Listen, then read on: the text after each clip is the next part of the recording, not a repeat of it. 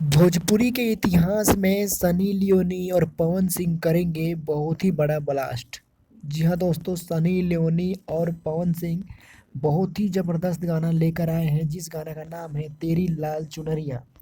और ये गाना आज भोजपुरी में रिलीज कर दिया गया और इस गाने ने तहलका मचा के भोजपुरी में रख दिया है।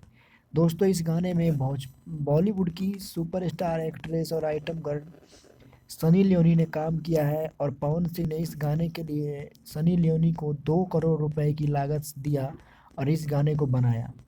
इस गाने को आज रिलीज कर दिया गया और ये गाना आज पूरे इंडिया में एक नंबर ट्रेंडिंग में गाना चल रहा है।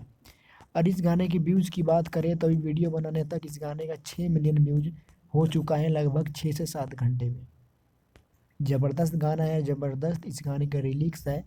और इस गाने में फिर से सेक्सी अवतार में सनी लियोनी दिखाई दे रही है, ज़बरदस्त बोल्ड सीन दिए हैं। वहीं पे पवन सिंह के लुक की बात करें तो पवन सिंह भी इस गाने में ज़बरदस्त लुक में स्लो मोशन में इस गाने में वीडियो में शूट किए गए हैं और वीडियो को गाया भी है, बहुत अच्छे से गायकी भी की गई है।